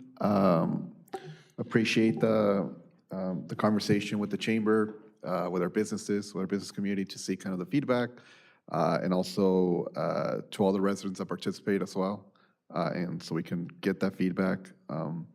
But yeah, no other further questions or comments, just support of the item. Thank you. Councilmember Tamayo. Thank you very much for your efforts, and your presentation was clear, concise, to the point. And brief. Yes. And it brought me up to speed since I wasn't part of when it started. But it's great to see that we'll have the arts and public places here in Montebello. I know when I go to different cities and I see that, I've always wished we had it here. So thank you. Mayor Pro Tem Peralta. Yes, thank you so much for that presentation, and as well as for staff who've been working on this. This item has been about 2 years in the making, and I'm very excited to finally have this come forward for council consideration, to be able to beautify and enrich our community and our open and public spaces through art is something that, this council has desired and has really tried to champion. I do want to recognize that this is our mayor's baby. This is something that he has really led and has really pushed forward for quite a while now. And so it's exciting to see this, and exciting to know that we will be able to have art that is not going to feed or be developed through our general fund. This is actually going to be through the future development that will be coming into play for the city. And so overall, very excited to have this, and thank you for the work that was done in ensuring that our community was also engaged through the process. So thank you. Thank you. Thank you, Mayor Pro Tem, for the acknowledgement, and Mr. Gardea, thank you for the presentation and for preparing this this evening. I do want to talk a little bit about political will and perseverance in this item. There's some laughing and scoffing to my right up here on the dais, and I'm not sure why, but when you talk about the history of how long it's taken to get this item on the agenda, and keeping hope and faith that, as the Mayor Pro Tem mentioned, that art can come to Montebello and that it can be paid for by those people that are going to benefit from the buildings that they're going to build on our land and the communities that they're going to impact. This was an item that I first spoke to Director Sosnowski about when I came on council in March 2019. And from that point until the summer of 2021, there was a lot of conversations. I'm sure I'm not the first one to bring this idea forward, but as the Mayor Pro Tem mentioned, as an art history major in college, as someone that understands the way art and buildings are placemaking opportunities and the ways that they bring community together, I felt it was really important to make sure that the tens and hundreds of thousands of dollars that a lot of other cities see in their fees and in their fee structures, that Montebello take advantage of those same opportunities. And I remember back in 2021 in that summer, a few questions, hoping that we could get those answered and come back in a couple of weeks. It ended up being, I think, almost 9 months until it came back in early 2022. And because of for political reasons at that time, the item was just kind of shot down and shuffled away, but thanks to the voters, and thanks to your vote in November, we were able to bring this back and continue it. So it's been really a joy to see staff take on this task again and to bring it forward for council consideration, for my colleagues to support me in making sure that this item is heard and sees the light of day after 2 years. And it's just a story of perseverance, right? That when you get that first no, that's not the end, that's just the start of a conversation. So over the last couple of years, we've seen a lot of development in the city. We've lost out on potentially hundreds of thousands of dollars, but this isn't the time to cry over spilt milk. This is the time to look forward, to celebrate the removal of murals from the list of prohibited art in our city. So even though they've lived there, murals like we see at Calaveras, like we see at Angry Horse, like we see at Boulevard Market, which are technically illegal, considered according to our municipal code, no longer have to hide, quote unquote, but can really be celebrated. And not only that, but really move forward, right? So anyone that has the heart or the idea or the passion to see a wall in our city beautified, that they can pursue that without looking at our ordinances and saying that this item is removed. And Ms. Jimenez, I appreciate that you have thoughts on this, but it's extremely distracting as you make your side comments because it can be heard across the dais. I'd appreciate a bit of respect as I respect you as you make your comments. But just to finish up here, thank you so much, Mr. Gardea. Thank you very much to city staff, and thank you to my colleagues for bringing this item forward once again. So with that being said, I will take a motion to approve the item. I motion to approve. There's a motion by Mayor Pro Tem. Is there a second? I'll second. Second by Councilmember Jimenez. Mr. City Clerk, if you can please take roll. Councilmember Jimenez. Aye. Councilmember Melendez. Aye. Councilmember Tamayo. Aye. Mayor Pro Tem Peralta. Aye. Mayor Torres. Aye, and the motion passes unanimously. Congratulations to staff, council, and our community. Moving on to the consent calendar. Mayor? Yes, sir. As an ordinance, I don't know if the practice is here, but to read the the ordinance, an introduction for reading of the title of the ordinance. I'm sorry, if you can repeat that one more time? Yeah, this is an ordinance, so I think it's appropriate to read the title of the ordinance. So I'll read the title because the motion is to read by title only. It's an ordinance of the City of Montebello, California, adding Chapter 17.79 to Title 17 of the Montebello Municipal Code to establish an art in public places program, removing the term murals from Title 17, Chapter 17.62, Section 17.62.050 of the Montebello Municipal Code, and adoption of a CEQA exemption under 15061, subsection B, subsection 3. That is all. Thank you, Mr. Tapia. Moving on to item number 6, I apologize. Adopt resolution number 2363, approving the fiscal year 2022-23 consolidated annual performance and evaluation report. I would like to make a motion and ask that this item be continued to a date certain, September 13th, 2023. I'll make a motion to that effect. I'll second. Thank you, Councilmember Melendez, who seconded the motion. Mr. City Clerk? Councilmember Jimenez? Aye. Councilmember Melendez? Aye. Councilmember Tamayo? Aye. Mayor Pro Tem Peralta? Aye. Mayor Torres? Aye, and that passes unanimously. Mr. City Attorney, if you can please walk us through the consent calendar. Certainly, Mr. Mayor. The following is the council will consider the consent calendar. At this point, we'll ask if any members of the council would like to pull any items. Councilmember Jimenez? No items. Councilmember Melendez? No items? Councilmember Tamayo? Sorry. Item number 7. Okay. Mayor Pro Tem Peralta? No items? And Mayor Torres? Item number 7. And Mr. City Clerk, do we have any public comments on any items on the consent calendar? No, we don't. Thank you.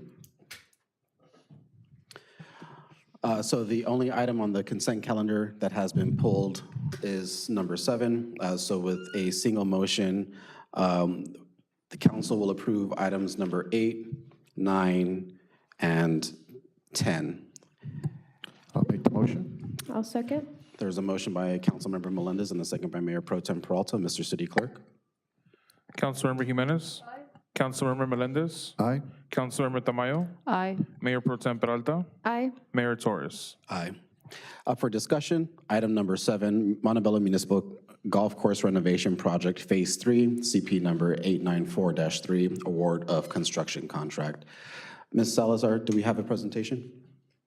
Yes, Mayor. At this time, I'd like to invite our Director of Public Works, James Enriquez, who has a presentation. Thank you. Thank you, and welcome, Mr. Enriquez.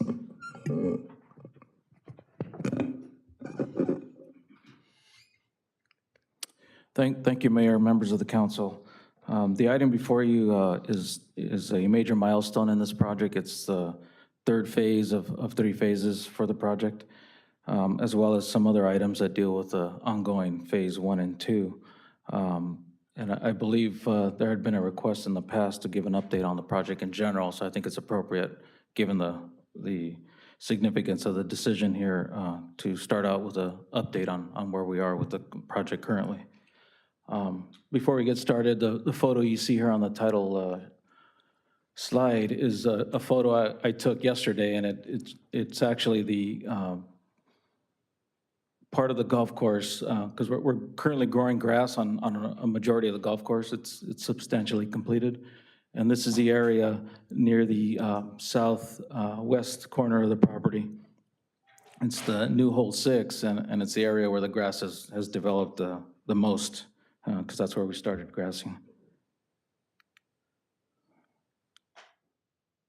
I'll start with a project update for the benefit of the council and the community. This project was, the golf course project was divided into 3 phases because of the accelerated schedule that it was originally undertaken. Phase 1, we refer to as the civil contractor. It deals really with the rough grading, a lot of the underground utilities, and the paving work. The council awarded that construction contract in October of 22 of last year. in the amount of 5.09 million. Construction commenced in November of 2022, and we are about 90% complete with that contract. Phase 2, we refer to as the golf course contractor, and it's really all the finish work of the golf course. The actual features, the grassing, the landscape irrigation, and those sorts of things. The council awarded that contract in November of 2022 in the amount of 9.66 million and change. That construction commenced on that contract in December of 2022, and we are currently about 80% completed with that contract. And then phase 3 is, for your consideration this evening, would be the last piece of the project, which would be the clubhouse, along with some accessory outdoor event spaces. The council approved invitation to bids in March of this year. That project did go out to bid. Bids were received on July 12th of 2023, and the award of the contract is recommended tonight.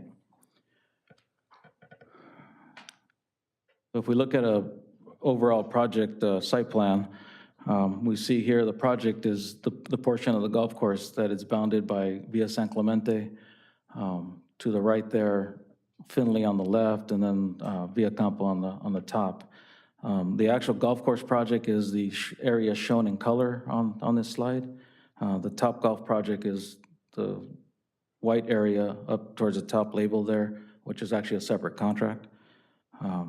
If we look at this site plan, you'll see that the clubhouse is circled, the area circled right in the middle of everything.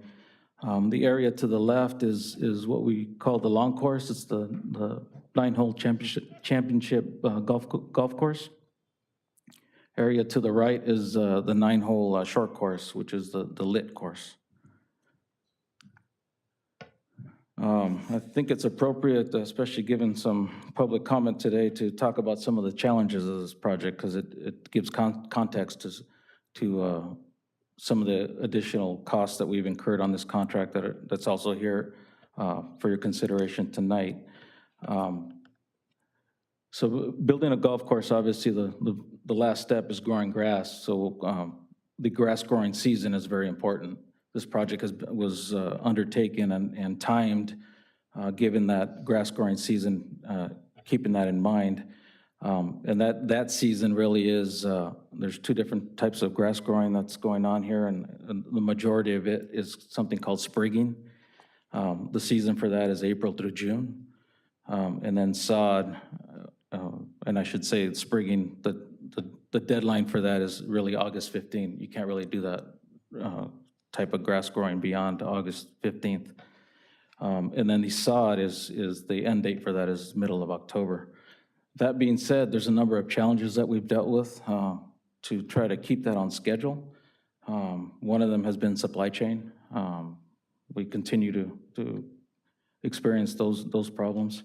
But the big one is the winter storms. I think we all know it rained a lot this winter, particularly right after we started in late December. It really started raining, and it rained pretty much from January through end of April. We've experienced almost twice our average rainfall, and the pictures that you see here is what we dealt with every time it rained. Unfortunately, it was raining just about once every week and a half. It would take about a week and a half to dry out so we can go back to work, and then it'd rain again. So that being said, there's really not a whole lot that happened between February and end of April. So then come in May, we sat down to figure out how we can accelerate all the work that had to be done to allow for the grassing to happen before this August 15th deadline. And what's significant about that, had we not met that date, we would have to have decided to either sod the entire golf course at a substantial cost increase, or delay the construction of the project by a whole year to the next growing season in the following April. We also dealt with some record heat this summer that once we started grassing, that presented some challenges. And then something that really kind of crept up on us is encountering unanticipated asbestos on the site that had to be abated. That slowed us down a little bit. And we continue to deal with construction market conditions that continue to be a little volatile. So I think the best way to show what the current degree of completion is a very short video that is a drone video you'll see here, and it bounces back between July and August of this year. In July, we had substantially completed all the work and then started grassing. So it shows the grass as it starting to grow during that month. And I'll let you enjoy the view here.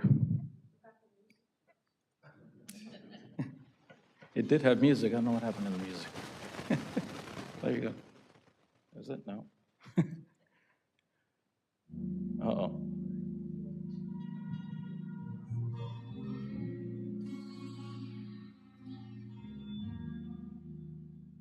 So that's the new lake that you're seeing right across the street from Home to Suites. It's sitting there waiting to get filled with water here in the next 30 days.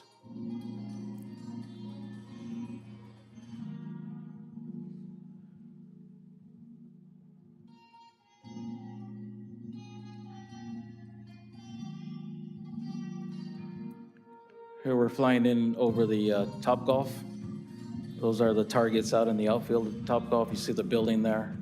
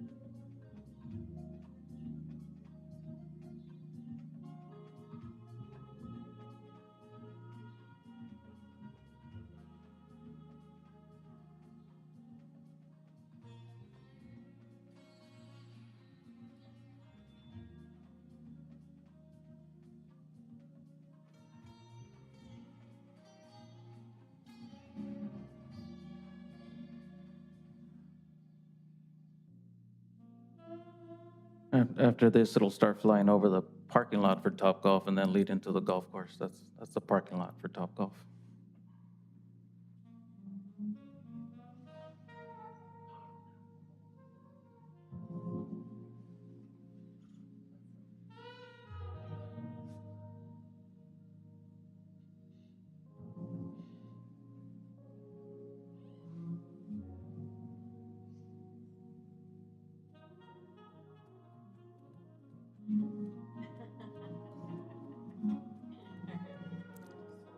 Here you can start to see a lot of the green grass that's growing in that northwest corner.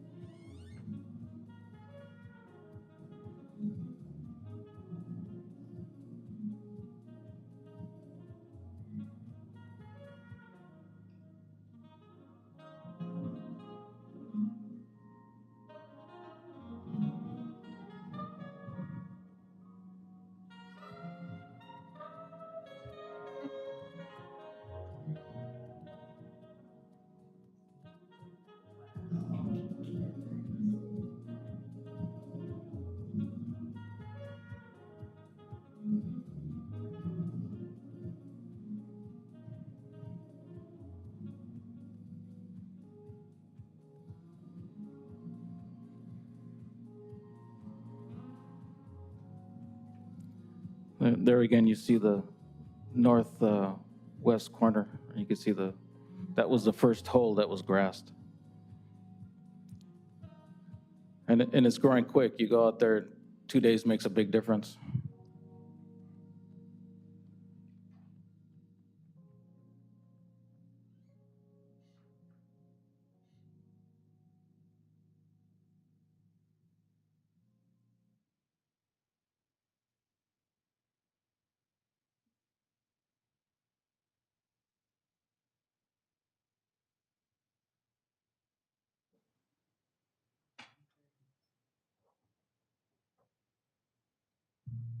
Oops.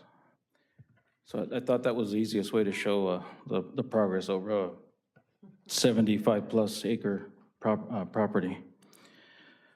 So that leads us into Phase 3 for your consideration. If we go back to the overall project site, again, the clubhouse sits right in the middle there. If we look at a more detailed look at that, it's the parking lot was actually included as part of the Phase 1 contract.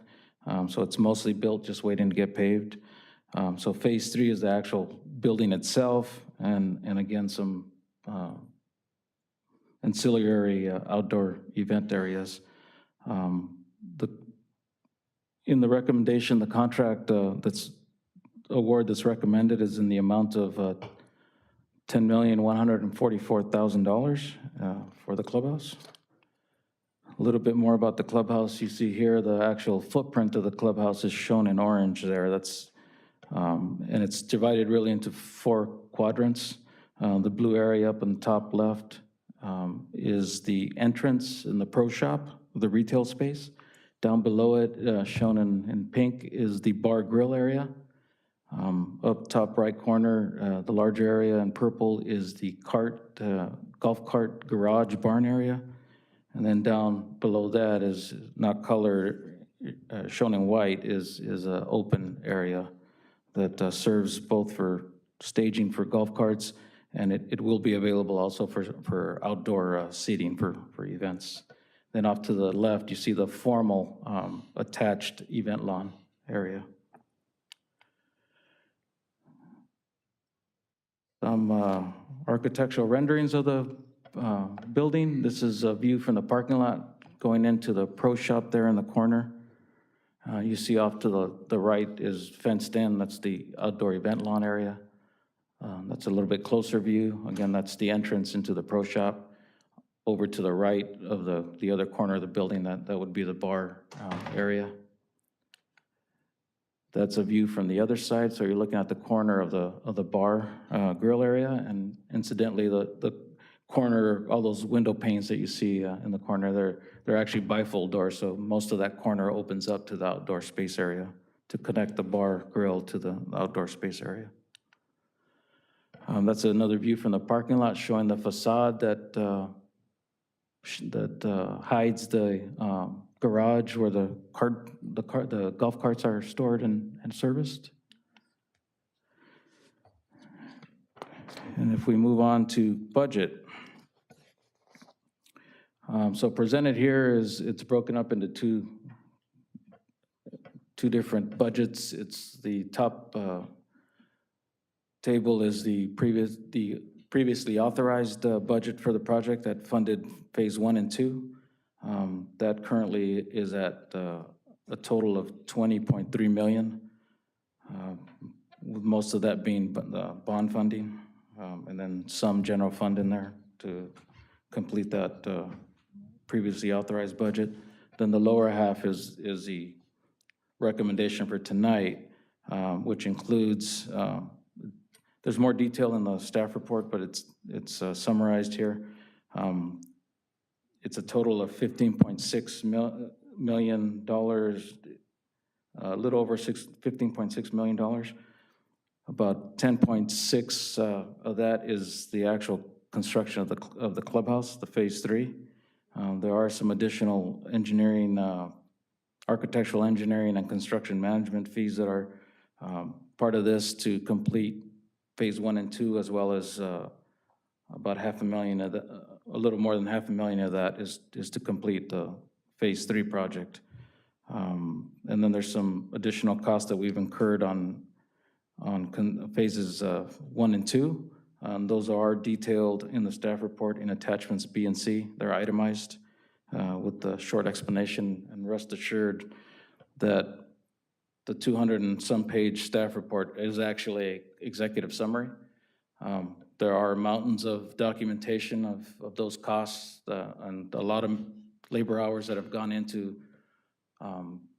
assess those costs, evaluate them, negotiate them. So what's presented here is really an executive summary of what those costs are. And then there are some miscellaneous expenses that we've incurred. For instance, we've purchased electrical switchgear and furnished it to the contractor because of supply chain issues. We've bought those ahead of time. There's some other costs there related to asbestos abatement, utility fees that we've incurred that we didn't plan for as since we started the project on such an aggressive schedule. We've been getting the utility services approved during the construction, and some of those have come with some fees from the gas company Edison that we didn't anticipate initially. We're also recommending that we resurface via San Clemente from the entrance at Garfield all the way up to Scout Road, which is the frontage of the new project. The street is in really bad condition, or it was in bad condition, and it's gotten a lot worse since we've had to cut into it, all the heavy construction traffic that's been on it, and it's really in need of reconstruction. The $15.6 million that's recommended for funding for the project, it comes really in three forms of funding, and in a minute here, I'll hand it over to our finance director that'll explain a little bit more detail about where those funding sources are, but it consists of $2.25 million in gas tax for the roadway improvements, $5 million from our hotel fund, and then $18.36 million in the form of general fund reserves. In terms of project schedule, I talked about phase one. We're looking at it, it's 90% complete. We're looking at completion towards the end of September. Phase two, we're looking at a completion towards the end of the year in December of this year. Although there is a growing maintenance period for the landscape that goes beyond that. And then if the council chooses to move forward with phase three, the schedule for that we anticipate a notice to proceed to the contractor in October of this year, and the construction completion would be somewhere around May or June of next year. And we still have a good opportunity, short of any other unforeseen circumstances, to line that up with the opening of Topgolf. I believe they're still scheduled to open in May of next year. With that, I'll hand it over to our finance director to talk a little bit more about the funding for the project.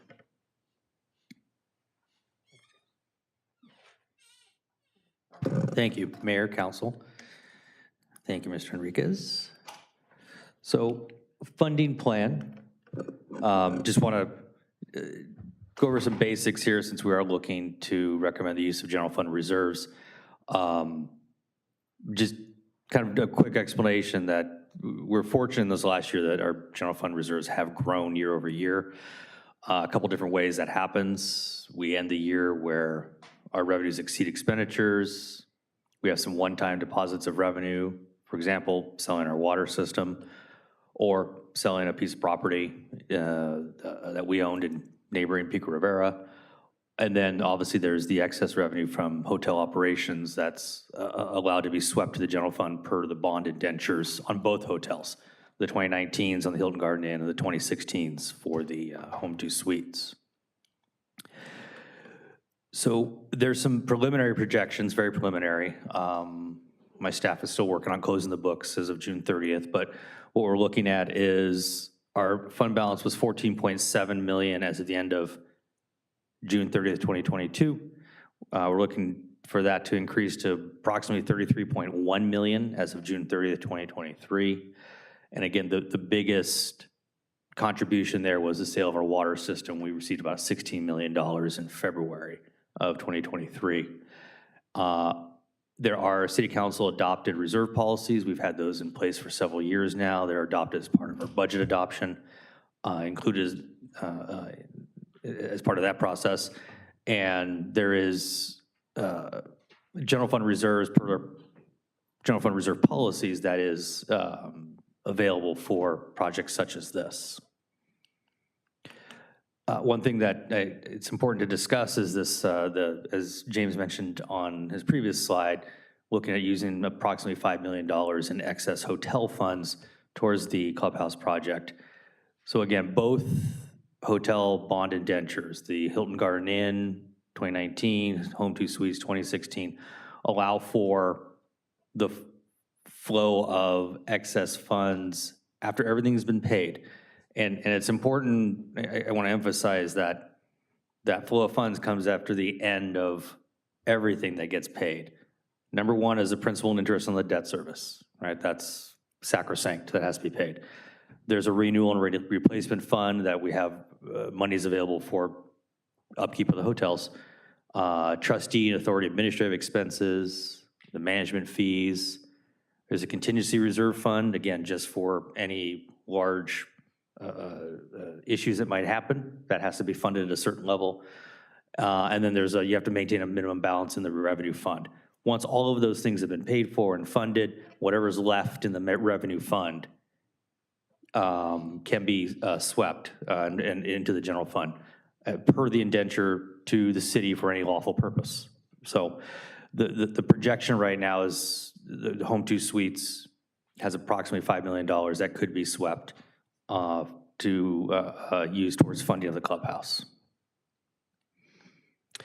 So just to go off of the project budget, this is kind of a sources and uses presentation to show for the golf course renovation, that's phases 1 and 2, $15.3 million from the lease revenue bonds that were issued in September 2022 A series. Use of general fund reserves, that's about the $23 million. That's the original $20.3 million budget plus the recommended contract amendments and other miscellaneous items that Director Enriquez was discussing. And then for the clubhouse, sources of use is gas tax. Via San Clemente is a public road, so paving and rehab of that can be, you can use gas tax for that. The excess hotel funds is explained, and then another $5 million in change in general fund reserves. That matches, again, the design, construction, project management, and construction of the clubhouse. So you see a different set of sources and uses for construction of all 3 phases. So at this point, I do want to turn it over to our acting city manager, Arlene Salazar. She has a little bit more input on the clubhouse, event lawn, and some revenue generated from there. So, Arlene? Thank you, Michael. The addition of a permanent clubhouse event lawn area will generate additional revenues that are conservatively estimated at $9.14 million in the first 5 years. $7.496 million is non-golf events and $1.6 million in food and beverage revenues.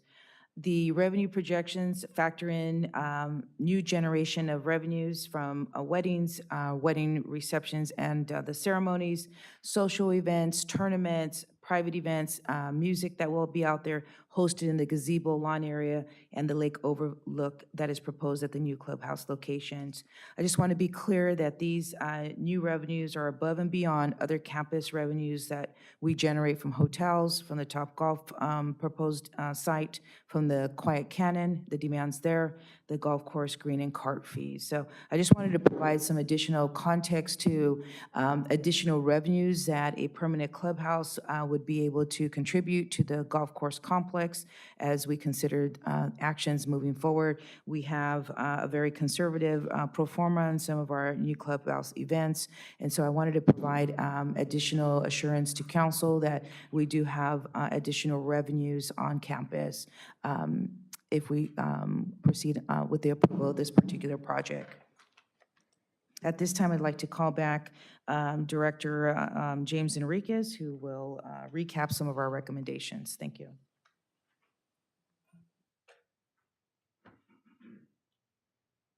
So that concludes my presentation. I do have the recommendations listed here. I know there are quite a few, and I won't spend time reading through them.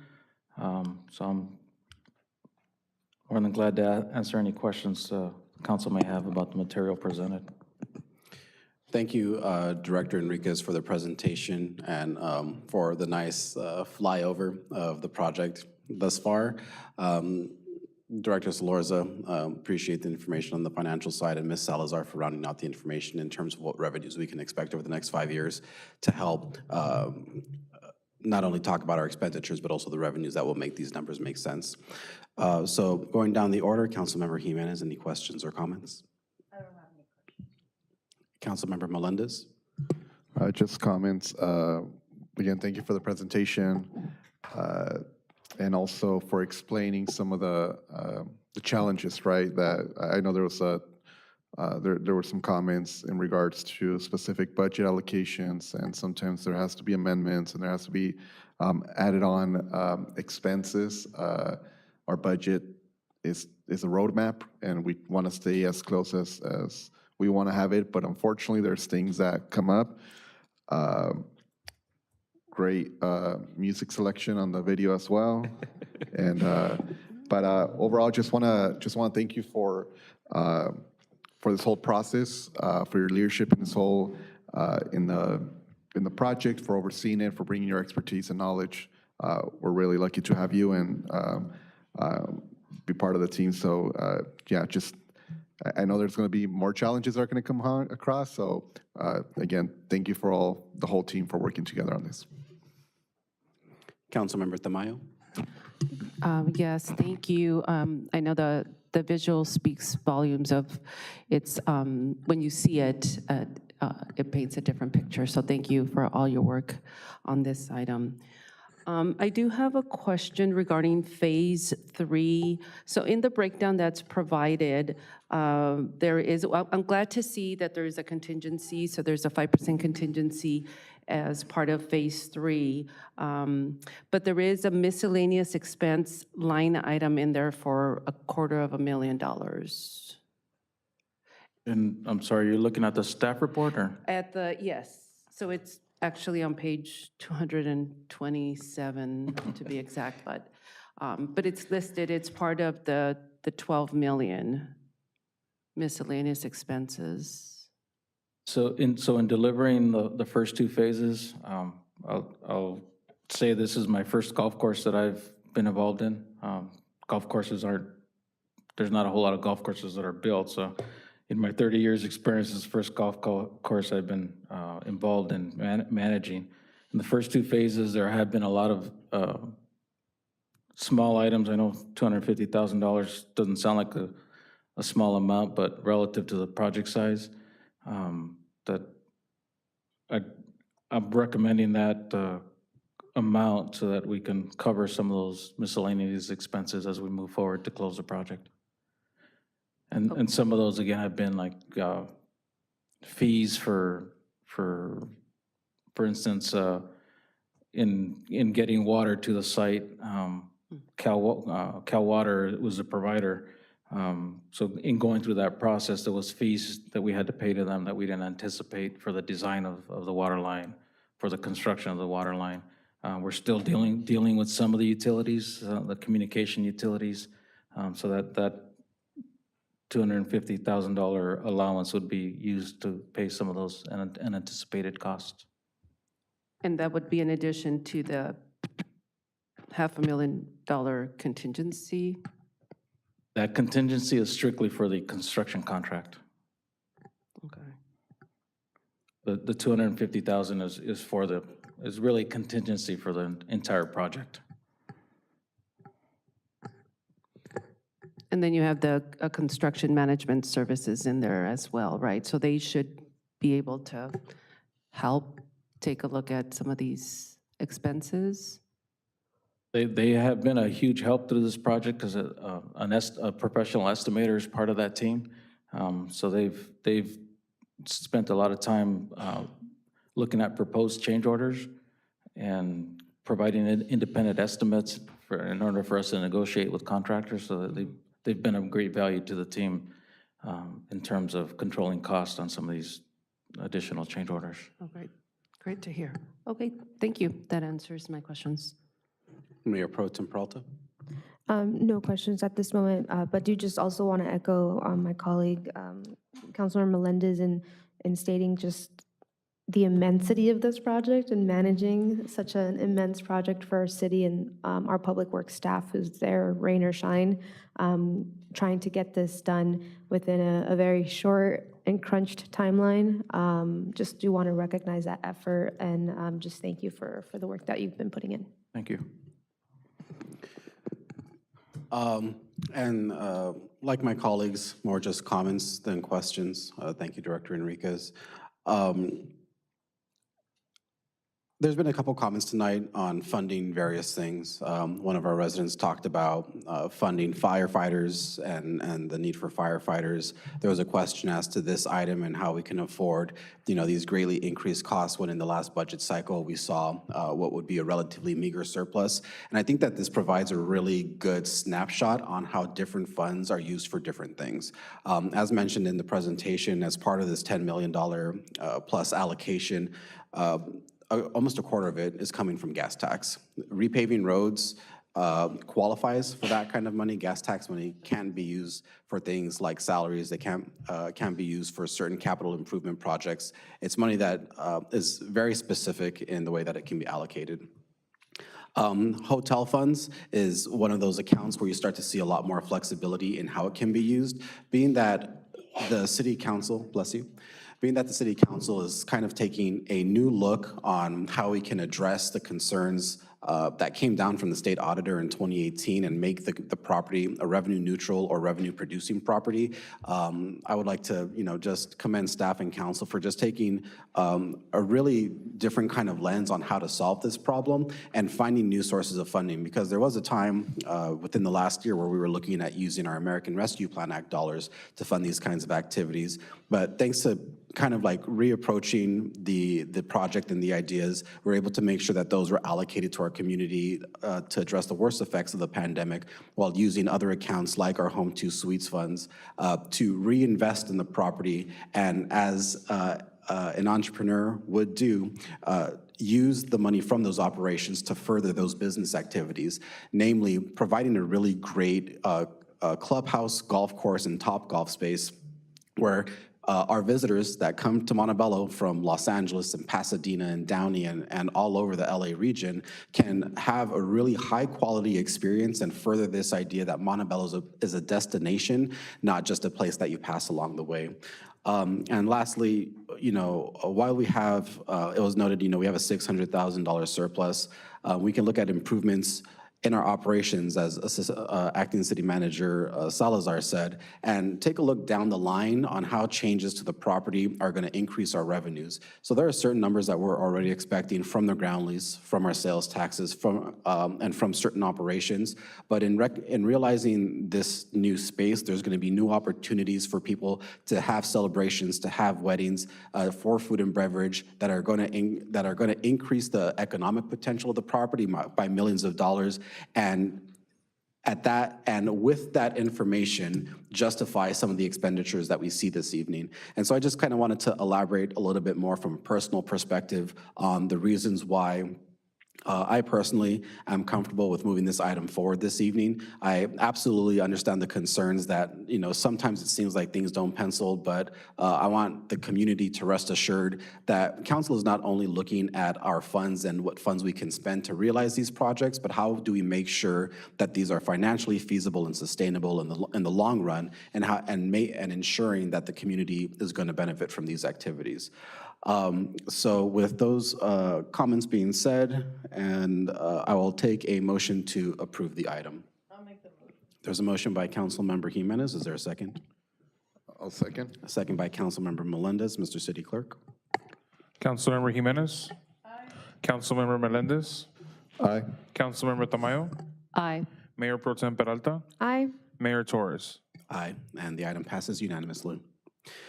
Moving on to AB 1230, and that concludes the balance of our agenda. Moving on to AB 1234, travel reports. I'll look across the dais to see if any of my colleagues have a report this evening.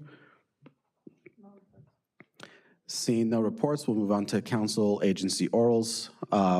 And I, being the only one that has orals, it's the appointment of Danielle Cardona to the Traffic and Safety Commission.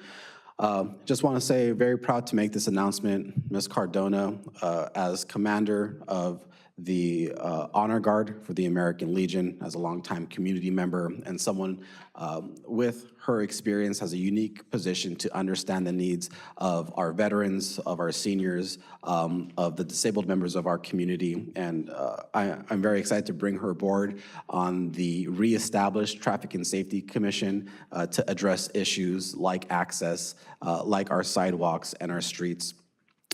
So looking forward to having her aboard.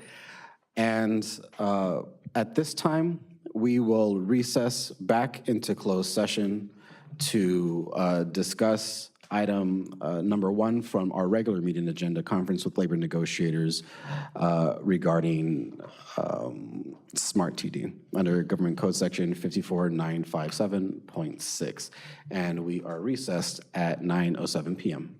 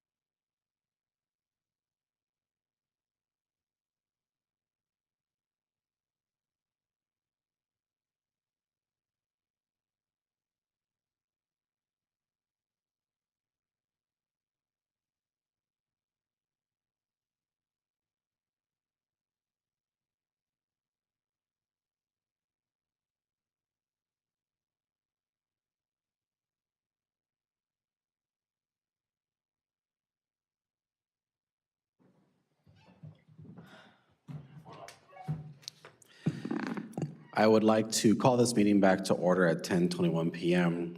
Just thank you to all the staff members, community members, and my fellow electeds that have stuck with us as we discuss very important matters to our city and to the region. Mr. City Attorney, if you can please report out.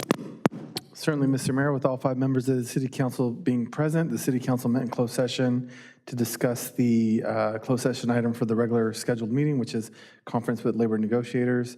City staff made a presentation. City council provided direction. No final reportable action was taken. That completes my report out of closed session. Thank you. Thank you, Mr. City Attorney. I will take a motion to adjourn. I motion to adjourn. Motion by the Mayor Pro Tem. Is there a second? Second. Second by Councilmember Tamayo. We are adjourned at 10:22.